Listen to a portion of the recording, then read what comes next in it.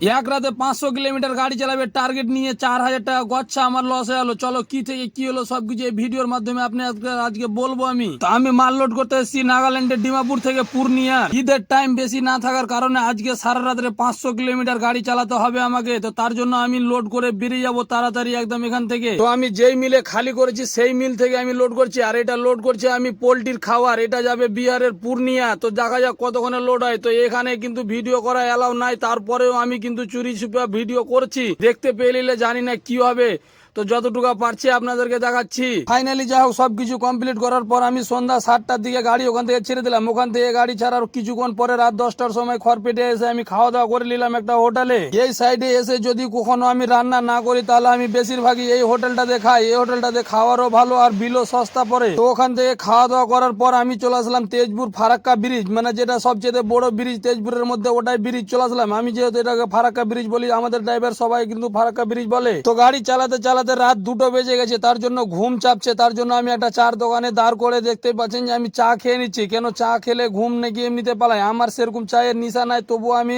ঘুমের জন্য শুধু চাটা খাচ্ছি। তো যে 4,000 টাকা লসের কথা বলেছিলাম সেই 4,000 টাকার কিন্তু আমার ডিজেল বেশি পুড়েছে গাড়িটা জোরে চালার জন্য। সচরাচর আমি কিন্তু গাড়ি জোরে চালাই না, কিন্তু এই জন্য আমি গাড়ি জোরে চালাতে হয়েছে। তো ভিডিওটা ভালো লাগলে লাইক করে চ্যানেলটাকে ফলো করে দিবো। টাটা বাই বাই, আবার আসছি নেক্সট ব্লগ।